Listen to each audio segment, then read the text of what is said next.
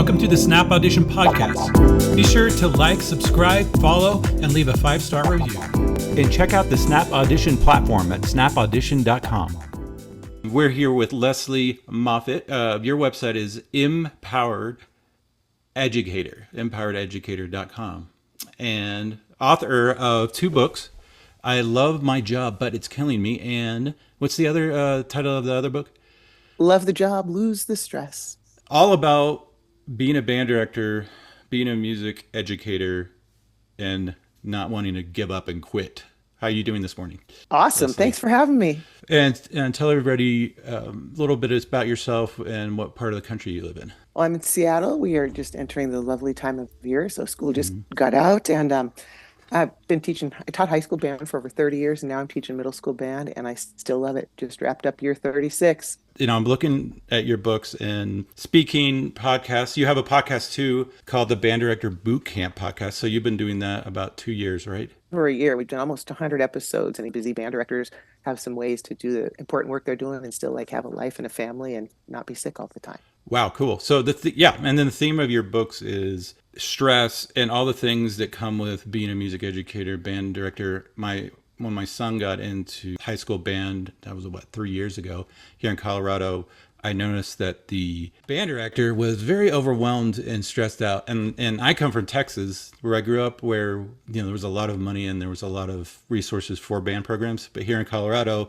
not the case. And I wonder, after 3 years, how long can this band director survive? How did you get into this theme of helping people become more productive, and what happened in your life that made this the theme of your books and all your content? Well, a little backstory is I grew up daughter of a band director. My parents met in their college marching band. Their honeymoon was going on a band trip to the Rose Bowl when the band went. As a child, everything we did was in the community with the band. The band kids were my babysitters. It was a small town kind of thing. And we didn't have cell phones and stuff to distract us with social media. So we did band things, nerdy things, football games on Friday nights and all those things. And I loved growing up in that environment. So I always knew I was going to be a band teacher. And when I was a student in band, my dad was my teacher. And I was like, I'm going to have kids. They're going to be in my program just like this, because I had such a great childhood. And so that's what I did. Straight out of college, 20 some years old, got my first teaching job, got married, got my first teaching job, started having babies. And the next thing I know, several decades have passed and I'm a hot mess. Wow. My health had, I was in survival mode. I mean, trying, giving birth, doing all those things, and then being a mom. And this stupid thing with high school jazz bands, at least out here, is there's 0 hour, which means my first class started every day at 6:30 in the freaking morning. Yes. So I was at school by 6 o'clock in the morning so that I could stand in front of a whole bunch of people blasting, wake up. And then all the things that go with high school band, and then my own 3 children. And they were part of the band program when they were there. So that was really cool, but it became our whole lives, and in an unhealthy way. And my health was falling apart physically and mentally. By 2017, I was on 14 different prescription pills every day, like for ADHD, depression, anxiety, help me sleep, my restless leg syndrome, all kinds of stuff, inflammation.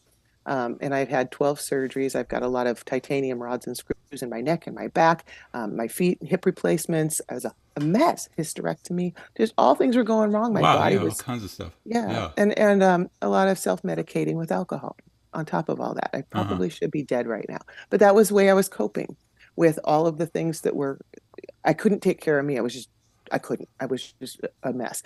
And so the last couple months of the 2017 school year, I just stopped going to work. I was like, I can't make one more decision. I can't physically or mentally. I exhausted my sick leave. I used FMLA. I sought out counseling.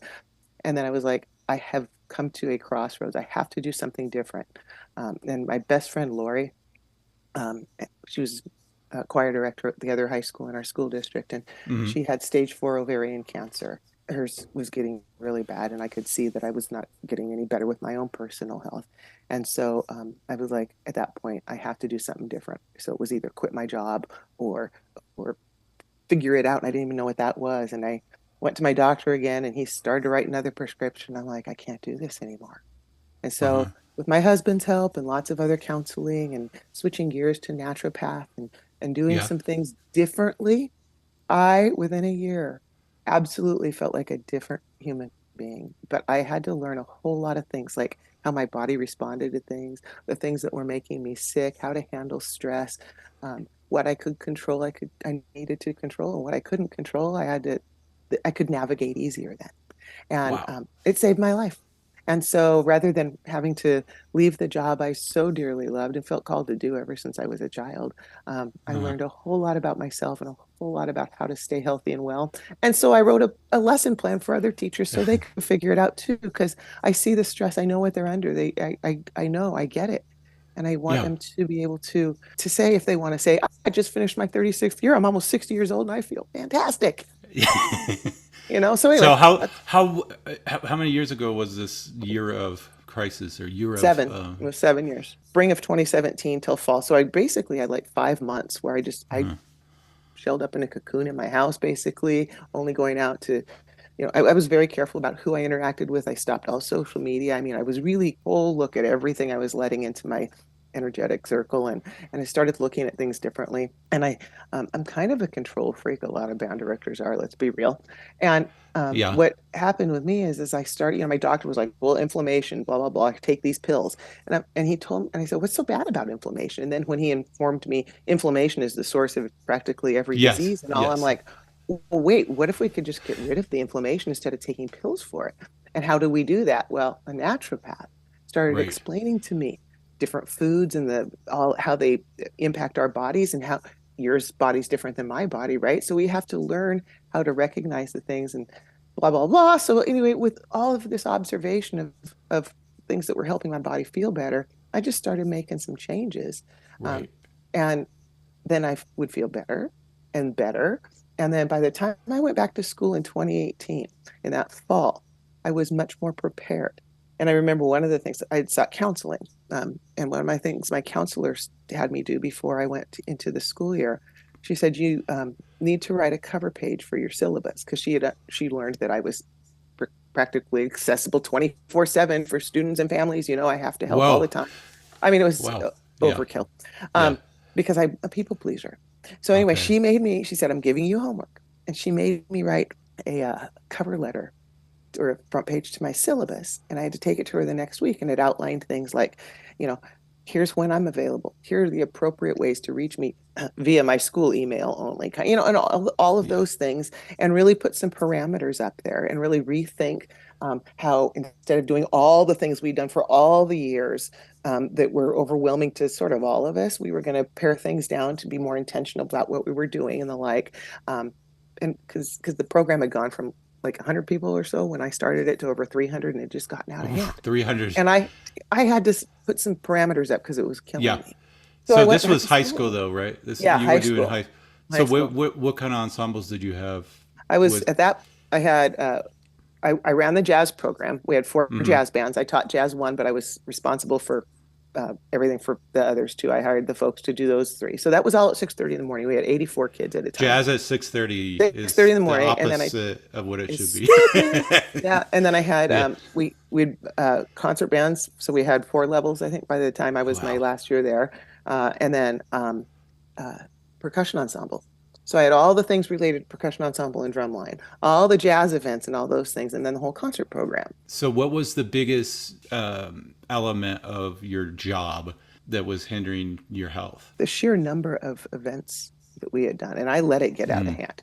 Because you do something once and it's really awesome. So you do it again the next year, and then you add something else and something else. Mm-hmm. And we were traveling we were doing big trips where, when I like that, I say jumping on airplanes to go places. So my kids were Wow. going, we're in Seattle. So we did Carnegie Hall 3 times. We did Disney World, Disneyland, Royal Caribbean cruise So ships. It was you had like money to, you were able we to had to raise the raise money though. money. So then you have to have the booster Right. groups going. Well, And then you yeah. have to do the big massive fundraisers. And Yeah. it was like 9 jobs. And luckily I had a bunch of support people around me, but it just got so big and so big. And then it was, oh, by the way, and show up and teach every day. And you've got children. So anyway, I had to put some parameters on it. When I went back to school, I was really worried because I had built this culture where everybody did all this together. And I was like, I'm impacting a lot of people when I go back and say, I'm stepping back from some of these roles. And I was terrified of what people would say, because I thought, oh, they've come to have all these expectations. And a bunch of parents did reach out about I saw your cover letter. Good for Uh, you. They wrote good for you and I was shocked at the support. And I was like, yeah. so together we talked about what are the really important things for you and your students, for our students to do and for this program, and we prioritized. And so up until the pandemic, for those couple of years, it had become more sustainable for students too. I doing this podcast, I've talked to a good number of band directors, and think about my own experience. And one thing I've learned that I didn't know, I didn't think about before, was how much or how important the program of music and band is versus just encouraging students to be in music or be musicians into it. That contrast between, this is an educational tool to encourage people to be at school and to learn to be in a program and work towards a goal versus being a musician. I always ask band directors this question of the contrast between this is a program, I want to make this program successful, versus I want to encourage a student to be in music. It's interesting going from high school to middle school.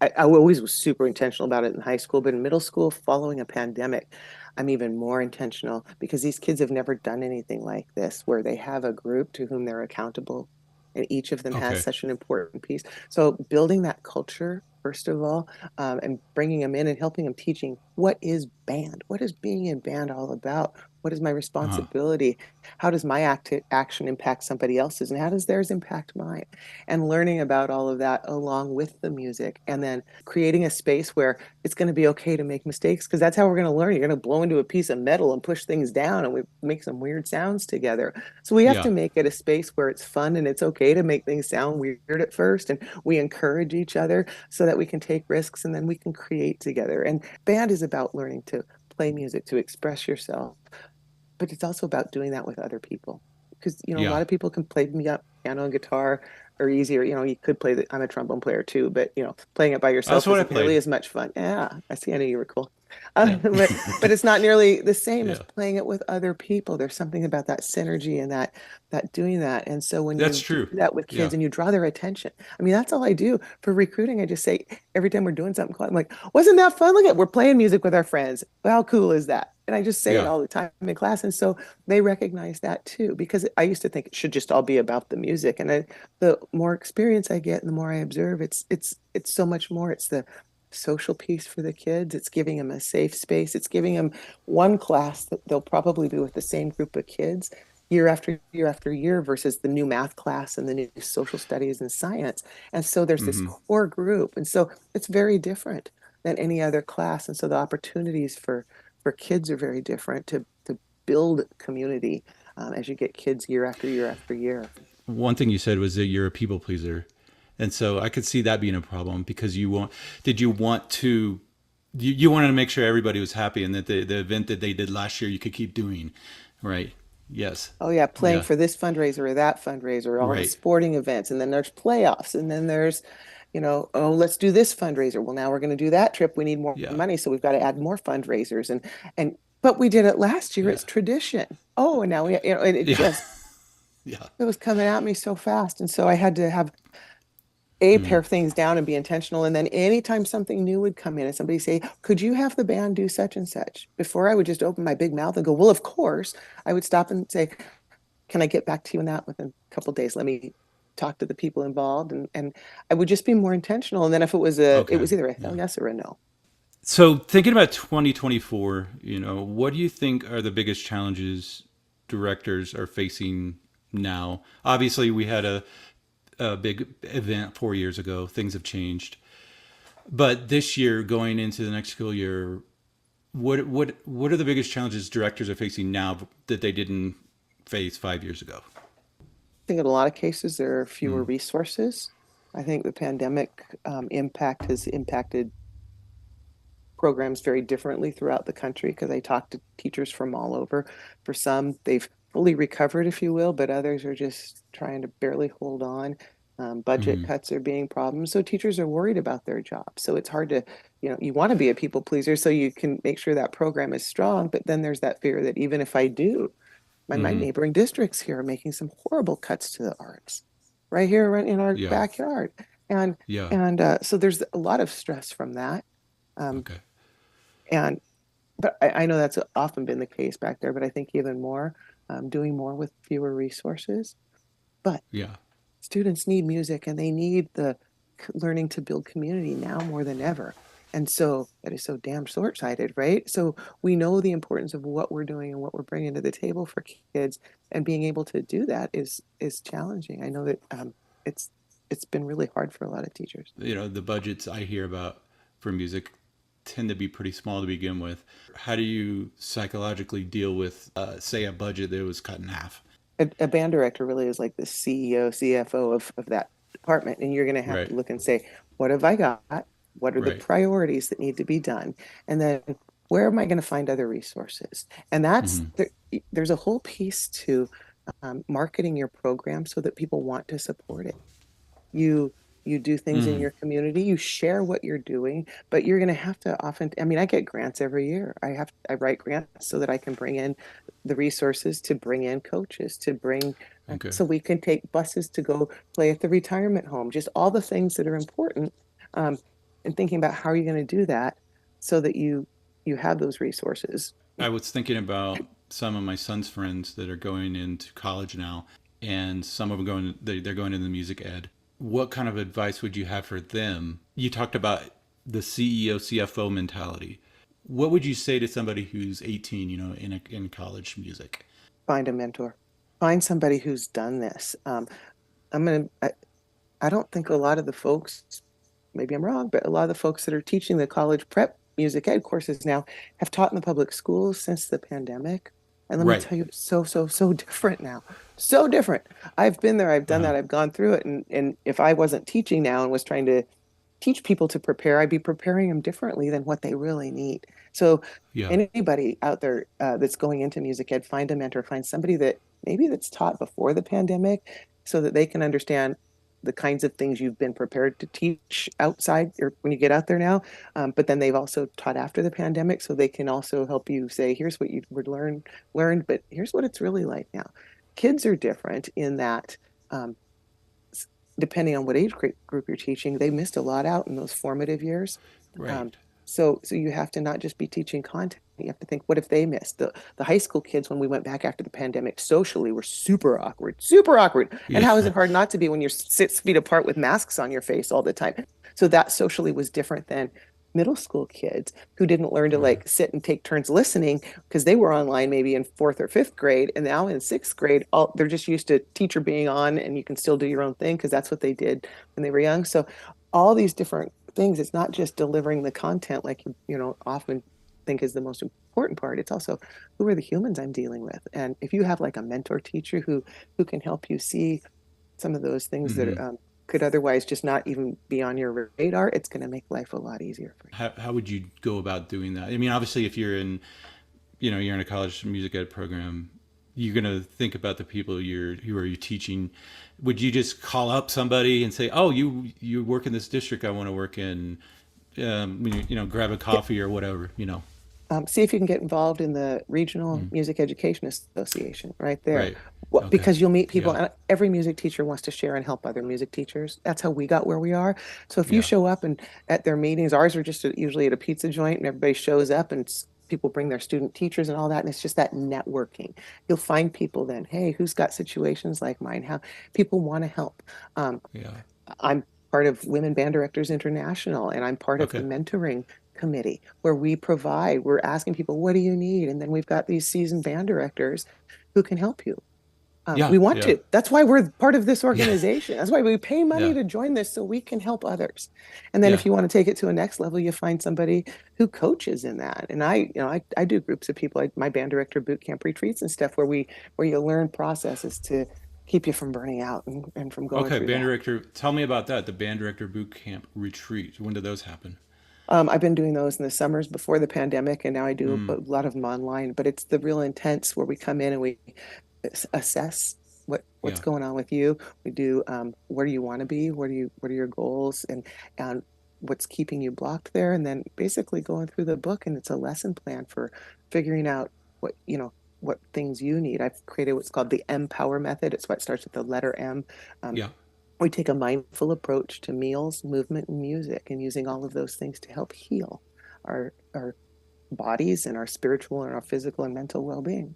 And Wow. it's pretty amazing feeling after, when, I'd be almost 60 and feel like better than my 30s and 40s by far. And so I just want other people to feel like that and to have the energy to Yeah. do, you invest a shit ton of money to become a band director or a music educator, right? All the Right. lessons, all the practicing while your friends are out doing other things, all the band practices, all the music classes, all the Hmm. education courses, doing the recitals on your business. I mean, it's like a double major for It's music ed. crazy. You sure as Yeah. heck want to be able to do it then, right? Have the stamina to do it. We didn't talk about this in the 1980s when I was in school. It was all about how can you make the best band? How can you win the competitions? Because that's how you're measured. And how can you do more for athletic departments? And I wasn't Yes. prepared. So I was doing all Yeah. that and I was trying to have babies. No women did my job back then either. So I didn't have any role models saying, hey, here's how you do the mom thing too. So I Well, was nursing babies on band retreats. like you said, in a college program for music education or music in general, you're not going to get that real practical mentoring type advice you need. You're going to get academic courses, right? And you're going to get, even if you're a performance major, you're going to get these things that are about refining a craft of teaching music, but not about being a musician or being a music teacher. Or That being, facilitating the community you're going to be yeah, yeah, nurturing. And so, yeah, finding somebody who's currently teaching, preferably something as close to what you're teaching as possible, small schools or whatever that is. And it yeah. doesn't have to be somebody physically close to you now. We have this cool thing called Zoom. So you can do things that we couldn't do back in the 80s when I started teaching. You were isolated. Right. Getting to the students, then how's your approach changed then relative to how you evaluate students, what you expect from them, how you relate to them? I used to see us, have to have grades in the grade book. And so the assessments were the grades in the grade book. And now I take a different approach with my kids altogether. This Mm, is, an assessment lets me hear what still need to help you with and shows me what you're doing really well, kind yeah. of things. It used to be everybody go down the line and play in the class. And if you got upset or worried about it, too bad, so sad. We're just going to get these done, blah, blah, blah. That was the old school way, right? You just did it. Everybody had to do it. Yeah. And now times are changing. We have some technology available to us. So in our Uh, school, middle school now, I've switched to some things where if we're going to have a playing assessment, I'll tell the kids what it's going to be. And the way I do it is I don't want the kids to just practice letter A to B on a song. So if you're going right. to do it in class, it will be something on this particular piece of music. And then what they'll do when they come in is they'll draw out of a hat something that'll say A to B or C to D or whatever section. They only have to play a small section if they're Okay. doing it live. But they also have the option, if they don't want Uh, to play it live, of submitting, they'll have Chromebooks issued to them. So they just use their Chromebooks right now. It's pretty crappy quality, but they can submit a video. yeah. But if they do the video, they have to do the whole thing. So, um, Uh-huh. so that way Yeah. they can't just pick 8 bars and only practice those 8 bars, because the purpose is we want them to be, practicing all of it so Yeah. they get the skills. And so having options for kids now versus in the olden days when it was just like you just went down the line and everybody did it, I think that helps kids. I think it creates a better atmosphere or culture for kids, so those that aren't comfortable playing in front of the group don't have to feel like that. It's faster. Yeah. It's a quick Yes, way it to is. do it. But Yeah. anyway, yeah, using assessments is actually a tool and not so much for a grade as I talk about it being a mirror. Like before you came to school today, you look in the mirror to make sure you look the way you wanted to, right? That's all a recording's doing when you're doing that, is Right. just showing what you did. No judgment, but we can say, hey, what would we like to do differently next? What I do like about the recordings, though, is that the kids are more accurate when they assess them themselves than when they're actually only assessing what they think they played in the class when they were nervous and really weren't. As Yeah. they can go back and Yeah. watch their recording and they can give a pretty accurate assessment. Well, we just released this feature in Snap where you can set how many tries they get, and then they only have a certain number of times. So it's kind of mimicking. They can record right in Snap Audition, but it's kind of mimicking what it's like to show up on stage and play something.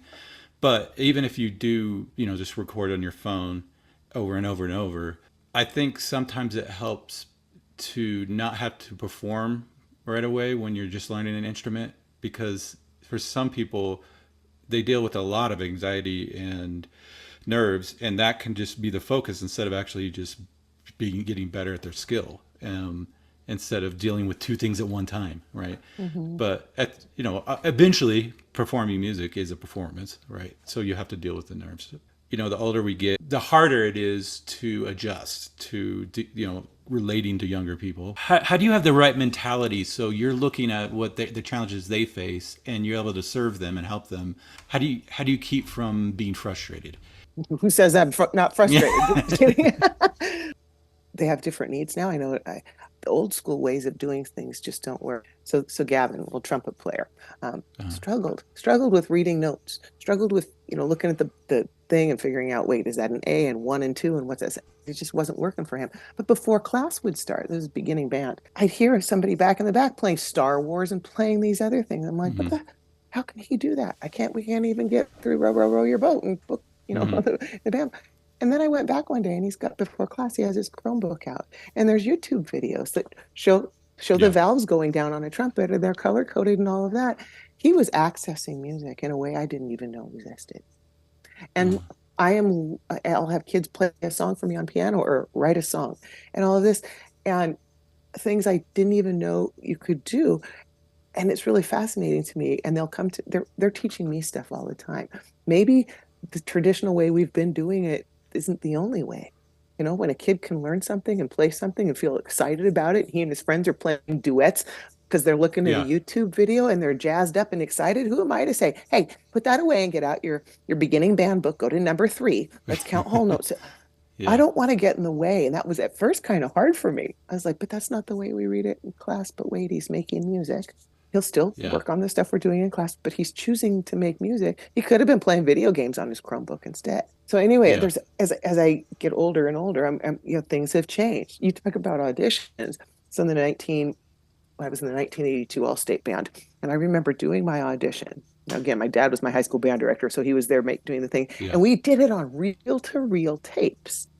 Oh, I you don't did it even, do you know recorded what back those then. are? Yeah. Yeah. We Yeah. had to be in the band director's presence, so of Yeah. course I was. But he would do them on these reel-to-reel tapes, and then, did you like that take? And if not, we'd go back and record over it. Well, then if you Yeah. got worse, and then we got up to cassette tapes later. That was kind of a big deal. Like, Yeah. oh, we got cassette tapes, so much easier. I look just at how technology has changed and supports us, and now you've got Snap Audition going on here, which just is I could never even imagined as a teacher and or as a student way back then. So having new things come along and not being afraid to learn from what your students are learning from and figuring out how can I help them make music in maybe some different ways than I was trained to do.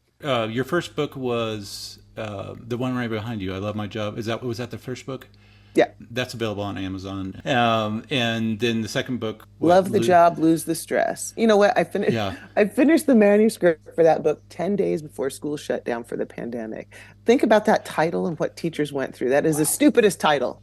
And really Yeah. how to take that so that you have a sustainable classroom that's healthy too. So you finished the manuscript. When did they print? When did they edit it and print it? Well, then it came out. That was about an 18-month process. So I was able to Wow. go through and You did edit it. yeah, we did because but then the beauty of it was Yeah. I noticed after I went through, I was applying all the things I had talked about in there, and I survived that pandemic. And I applied those things even though in a virtual classroom that I talked about. Yeah, I was wondering if it was fixed in stone, the manuscript, and you couldn't change it. Is there anything else that you would say to that new director that's coming out? Maybe they just finished their student teaching. What kind of mentality do they need for the first 5 years? Be intentional. Really, with what you're doing, it's easy to get caught up in the, making everybody happy or we have to do this kind of thing. Really thinking through things and, from when you're taking that first job, I've had lots of student teachers and sometimes I'll get these calls, hey, this is just weird interview, blah, blah, blah. And I'm like, Yeah. think about it, because if you get in a wrong, some jobs you can maybe just walk away from. Teaching's a whole different story. Once you're in for at least a year, or you can lose your teaching license and have it suspended kind of thing. And so it's being intentional about as many things as you're able to do. You can't control everything. What I've learned, if mostly in the last 7 years, is what you can control. Take the time to do it at least in a way that's going to give you the outcome you want. And I have to make decisions. Some decisions are harder than others, but I'm going to tell you, being sick and missing lots of school and being on lots of drugs, that was hard too. I just had to pick Yeah. a different hard. You're going Yeah. to talk to people that have built these amazing programs, but it took time and it should take time. Yeah. Okay. Thanks, Lesley.